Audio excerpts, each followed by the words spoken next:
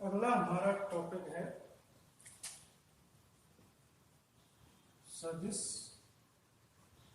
अविभाज्य या vector flux.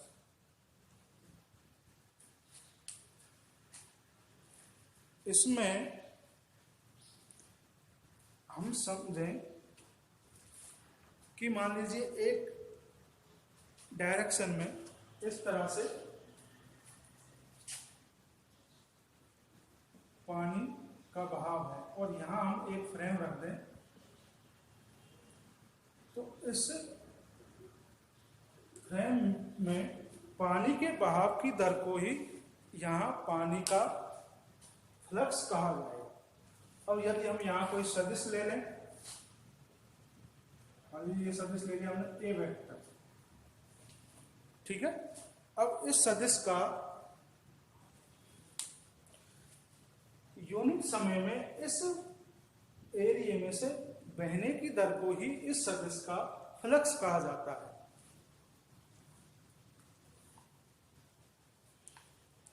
ठीक है, तो अब इसमें फ्लक्स का मान किस पर निर्धारित करेगा?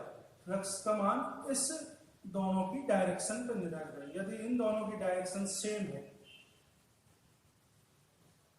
तो फ्लक्स अधिकतम है,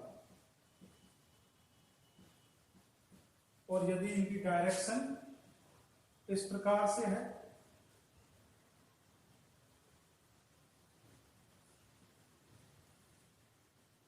तो कम होता हुआ चला जाएगा। और एक डायरेक्शन ऐसी होगी जब ये बिल्कुल परपेंडिकुलर हो जाएगा तो अभिभाज्य कैसे हो जाएगा? शून्य हो जाएगा। यानी ये मान लीजिए ऐसे हो जाए इस तरीके से, तो यहां पर कितना प्राप्त हो? शून्य प्राप्त हो। ठीक है, तो इन दोनों की, अब इसकी डायरेक्शन तो ये है और इसकी डायरेक्शन कैसी है? ये है। यानी ये दोनों कैसे है? एक दूसरे के 90 डिग्री पर। और यहाँ पर इसकी डायरेक्शन भी ये है, दोनों की डायरेक्शन यहाँ पर कौन सा डिग्री है? 0 डिग्री। यानी कि सदिश और क्षेत्र के यदि सेम डायरेक्शन में हो तो सदिश का अविभाज्य वेक्टर फ्लक्स का मान अधिकतम प्राप्त होता है, और यदि दोनों में एंगल का मान 90 डिग्री हो तो वेक्टर फ्लक्स का मान शून्य प्राप्त होता है। अब यदि हम इसको मैथमेटिकल फॉर्म में लिखें तो कैसे लिखेंगे? फ्लक्स फाई बराबर A vector D A vector, या ए डी ए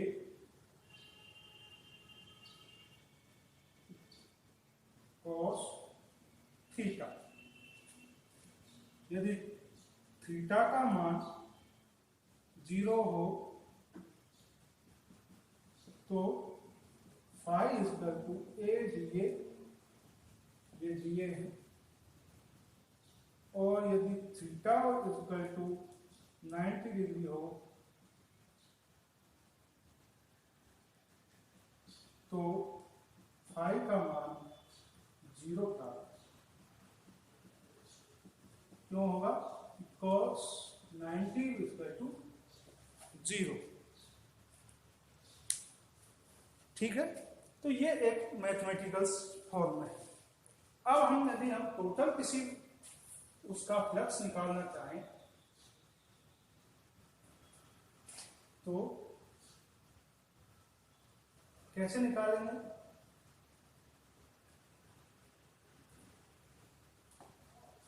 मान लीजिए ये कोई क्षेत्र है, इसको हम छोटे छोटे भागों में डिवाइड कर देते हैं।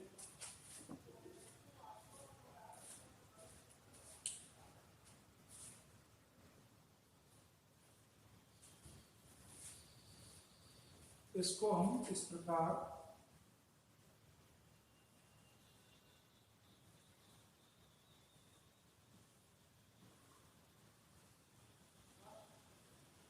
छोटे छोटे भागों में डिवाइड कर दिया है।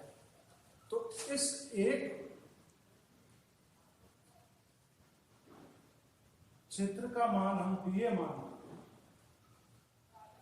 और इन सब से निकलने वाला क्षेत्र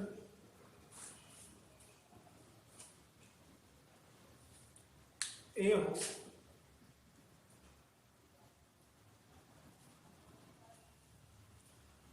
तो इससे निकलने वाला क्षेत्र कौन सा मान लिया जाए? AI मान लिया जाए। इससे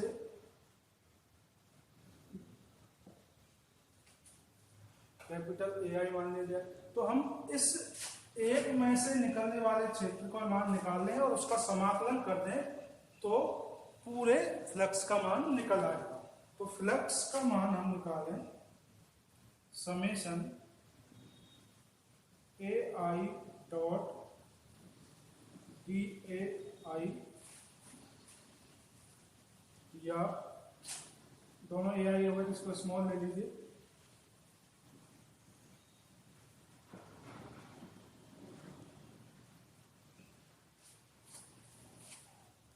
ठीक है।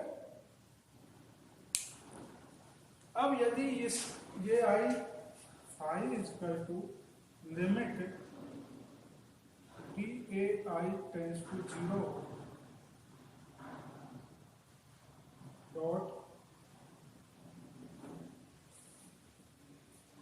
तो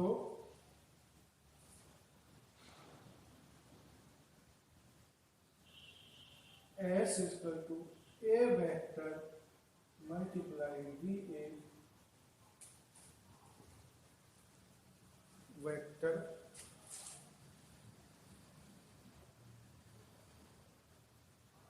प्राप्त होगा। तो फ्लक्स हमारे यहां से क्या निकल के आया? S A vector dot DA vector. तो ये हमारा फ्लक्स का फॉर्मूला है,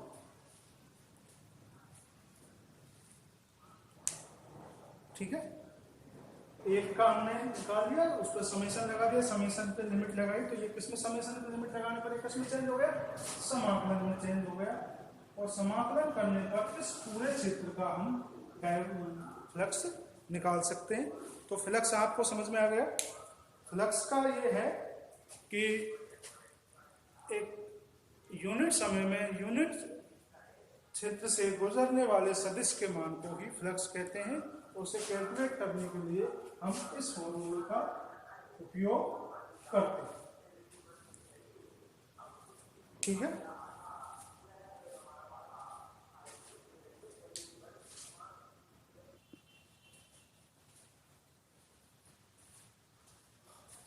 अब हमारा अगला टॉपिक है divergence of vector field. Flux आपको क्लियरली समझ में आ गया होगा।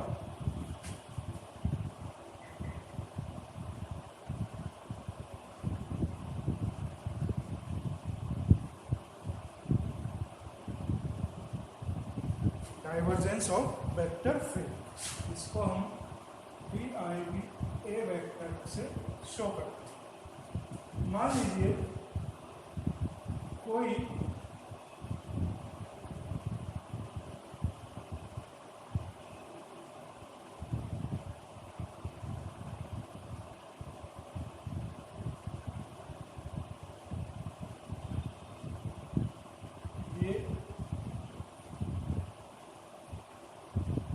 पॉइंट है, ठीक है। अब इस पॉइंट से को इस पॉइंट के अंदर कोई आयतन होगा। इस आयतन को घेरने वाला ये एक फलक, ये और ये 6 फलक है। इनका सबका क्षेत्रफल भी एक वेक्टर है, ठीक है। अब यहां से इसमें से कोई सदिश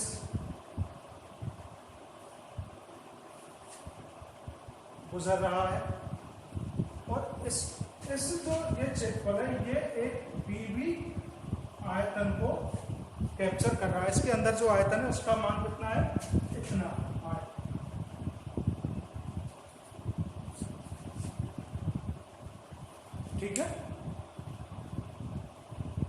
हमारे सामने तीन चीजें हैं। एक तो इस घनाभ का क्षेत्रफल ये है, आयतन ये है, और इससे गुजरने वाला वेक्टर फील्ड ये है।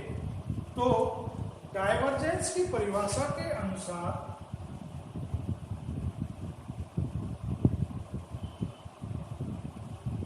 कि इस क्षेत्र से गुजरने वाला फ्लक्स, फ्लक्स का मान हमने अभी सीखा था।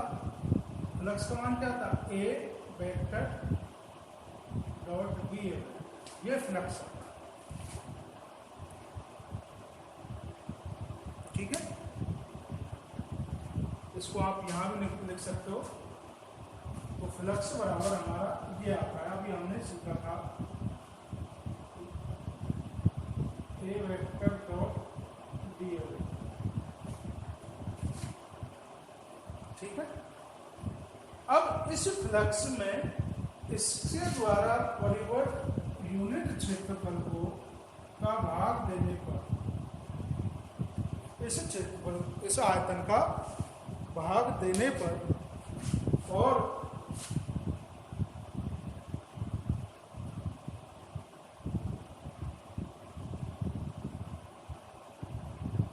डाइवर्जेंस भाग देने पर और लिमिट लगाने पर जो हमें परिणाम प्राप्त होता है उसी को हम डाइवर्जेंस ऑफ वेक्टर फील्ड कहते हैं। यानी कि एकांक आयतन में से प्रवाहित होने वाले फ्लक्स के मान को ही हम डाइवर्जेंस ऑफ वेक्टर कहते हैं। आगे समझो, यानी कि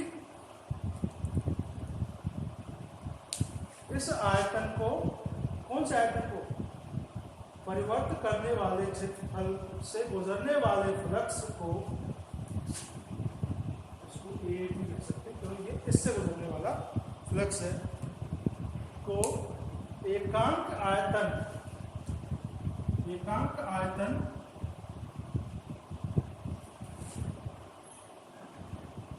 से गुजरने वाले फ्लक्स को ही हम क्या कहते हैं? डाइवर्जेंस कहते हैं।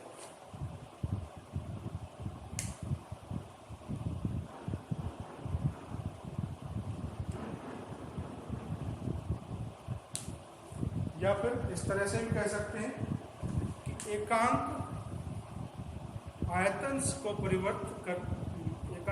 को परिवर्त करने वाले क्षेत्रफल से गुजरने वाले फ्लक्स और उस आयतन के अनुपात को क्या कहते हैं? फ्लक्स कहते हैं। तो फ्लक्स की परिभाषा हम कई 2-3 परिभाषाएं निकल के आई है डाइवर्जेंस की।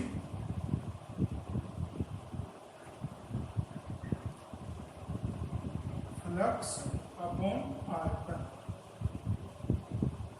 ठीक है, फ्लक्स अपॉन आयतन, या इसको इस प्रकार से लिखें, आयतन को परिवर्त करने वाले क्षेत्रफल से गुजरने वाला फ्लक्स अपॉन आयतन क्या होता है? डाइवर्जेंस ऑफ ए वेक्टर होता है।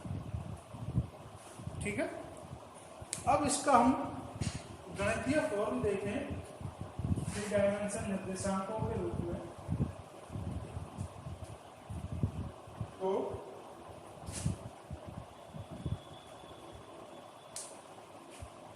इसको मिटाने आप लिखना चाहते हो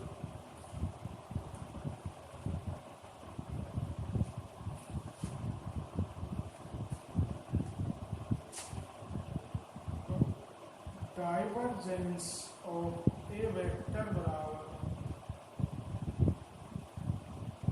यानी कि ग्रेडियंट और एक वेक्टर के डॉट प्रोडक्ट को डाइवर्जेंस कहते हैं। तो iota del X plus J del Y plus K cap del upon del Z multiply A Y J cap A Z K cap, तो दोनों का कैसा है डॉट प्रोडक्ट। तो करिए डॉट प्रोडक्ट क्या आएगा, del A X upon del X, del A Y upon del Y, del A Z upon del Z. ये कैसी राशि प्राप्त हुई है, अदिश राशि।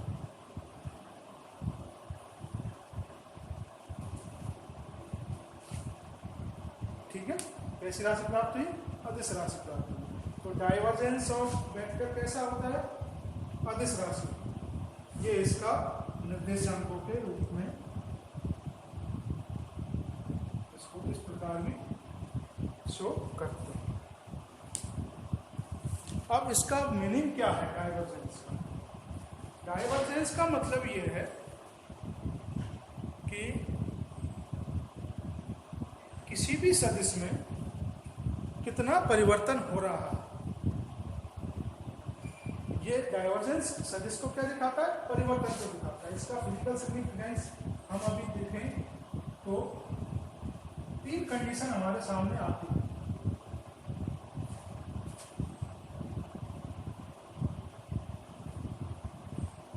कंडीशन कौन कौन सी आती है कि डाइवर्जेंस ए वेक्टर बराबर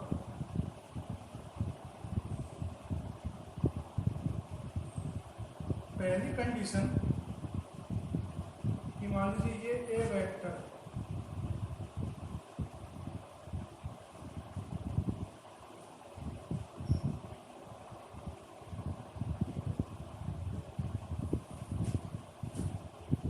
या फिर इसको इस तरह से बनाएंगे, चलो और इसमें परिवर्तन करते हैं। जैसे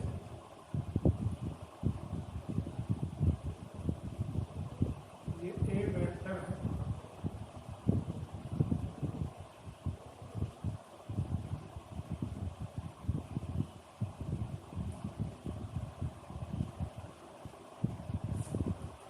कंडीशन पहली कंडीशन ये है। दूसरी कंडीशन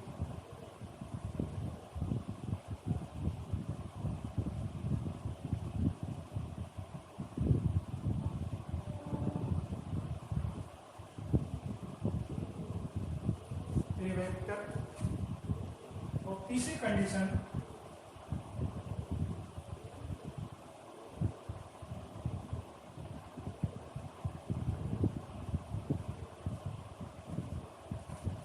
ये 3 कंडीशन से हम डाइवर्जेंस के फिजिकल सिग्निफिकेंस को समझते हैं। डाइवर्जेंस का सिंपल शब्दों में मतलब ही यही है, किसी एक निश्चित स्थान पर सदिश का फैलाव कितना है। एक निश्चित स्थान पर सदिश का फैलाव कितना है, ये डाइवर्जेंस हमें बताता है। अब डाइवर्जेंस का मान लीजिए ये एक पॉइंट है। अब यहाँ देखेंगे, देखिए इसमें 3 एरो हमारी एंटर कर रही है, लेकिन कितनी बाहर निकल रही है, 6 निकल रही है। यानी कि यहाँ पर जो डाइवर्जेंस का मान है वो होगा धनात्मक, पॉजिटिव। ठीक है, जितनी आ रही है लेकिन उससे ज्यादा निकल रही है, यानी इसका फैलाव हो रहा है। अब यहाँ पर देखिए 5 एंटर कर रही है, लेकिन निकल कितनी रही है, 3 निकल रही है। इस तरह के डाइवर्जेंस का मान कैसा प्राप्त होगा, हमें ऋणात्मक। ठीक है, अब इसमें देखें जरा कि जितनी एंटर कर रही है उतनी निकल रही है। 3 एरो एंटर कर रही है और 3 ही निकल रही है। तो इस तरह के डाइवर्जेंस का मान आता है 0।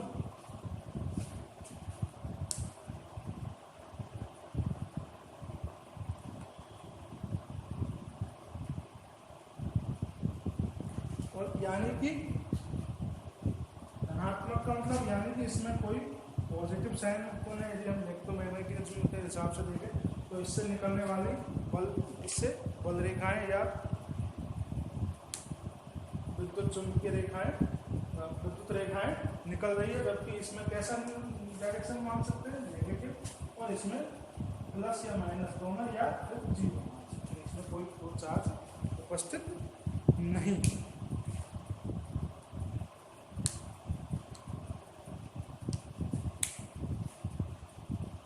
तो अब इतनी थ्योरी पढ़ने के बाद हम ये कह सकते हैं कि डाइवर्जेंस की उत्पत्ति तभी होगी जब किसी पॉइंट पर या तो सोर्स उत्पन्न हो या फिर सिंक उपस्थित हो। इसका हमने निर्देशांकों के रूप में इसको देख लिया था। अब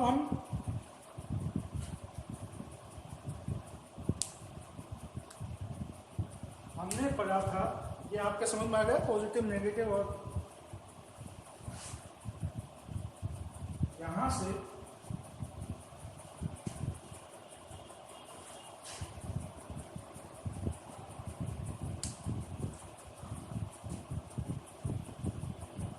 हमने पढ़ा था डाइवर्जेंस बराबर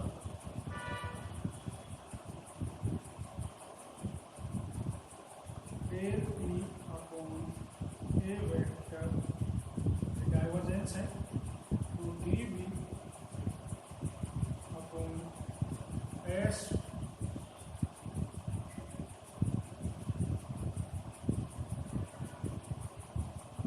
ये डाइवर्जेंस की परिभाषा। यदि हम इसको इधर मल्टीप्लाई करें तो एस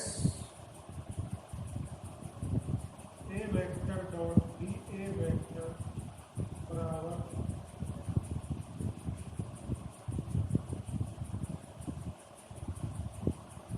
डी वी, ये इक्वेशन ये आ गई। अब इस इक्वेशन से आप क्या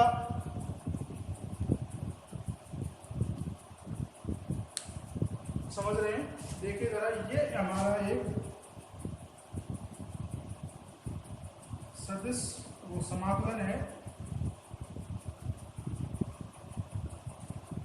कौन सा समाकलन है? क्षेत्रीय समाकलन।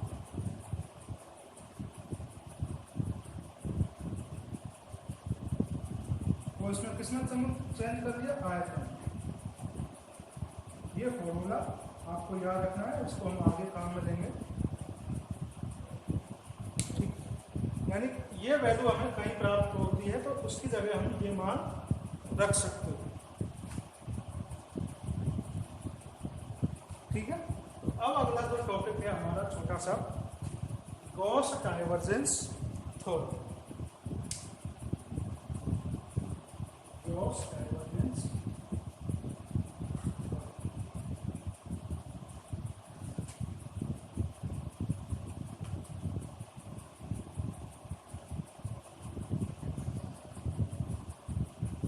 ये जो वैल्यू आई हमारी किससे आई है? डाइवर्जेंस की।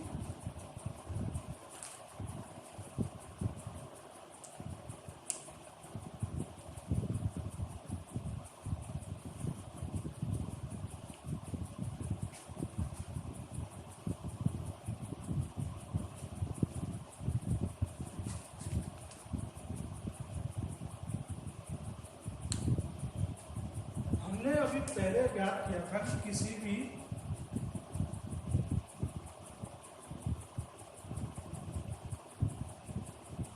को ज्ञात करने के लिए, किसी भी पृष्ठ का समाकलन ज्ञात करने के लिए हम क्या कर रहे थे? समेशन ऑफ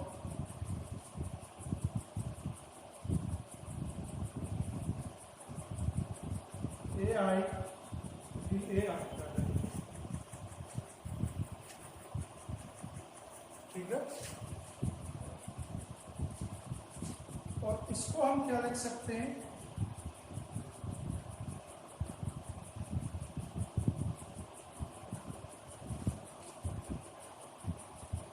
अभी जैसे हमने निकाला था डेल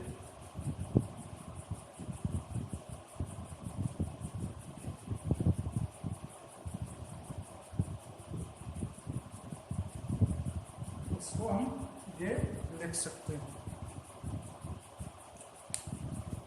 जहां पर ये आएंगे अल्फांस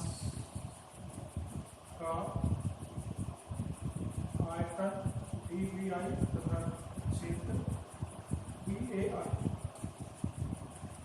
हाईवे तो हमने बनाया था इस तरीके से, पहले बनाया था, इसको इस तरह से डिवाइड किया था, तो ये हमने हाईवे अल्पांश इसको माना, तो उसका ये आयतन है और ये आयतन है और ये क्षेत्र। अब इसके पश्चात ये वैल्यू हम यहां रख सकते हैं, ये वैल्यू यहां रख सकते हैं। तो क्या बना,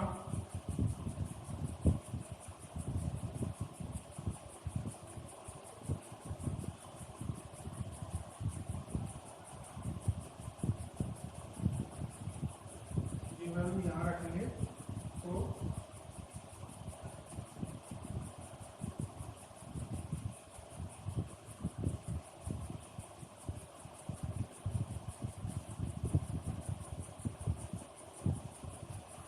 और इसमें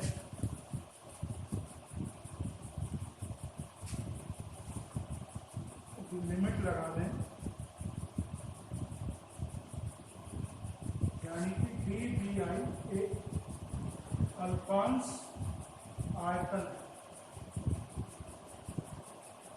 आयतन है, तो ये क्या बन जाएगा, ये बन जाएगा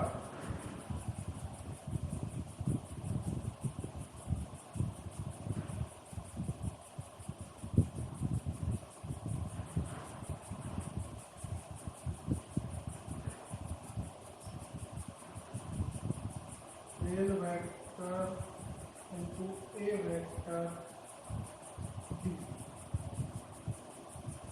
ये जो इक्वेशन है अभी हमने पिछले उसमें निकाल के, यही कहलाता है गॉस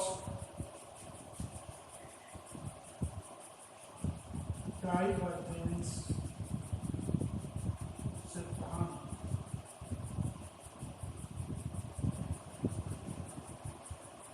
इसके जरिए हम किसी भी सदिश के पृष्ठ समाकलन को उसके आयतन समाकलन में बदलते हैं। किसी भी सदिश के पृष्ठ समाकलन को, ये पृष्ठ समाकलन है, ये पृष्ठ है, एरिया है, इसको हमने किसमें चेंज किया है, आयतन समाकलन में चेंज किया है। तो गॉस डाइवर्जेंस थ्योरम का हम किस में उपयोग करते हैं कि किसी सदिश के पृष्ठ समाकलन को हम किसमें बदल देते हैं, आयतन समाकलन में बदलने के लिए इसका उपयोग करते हैं।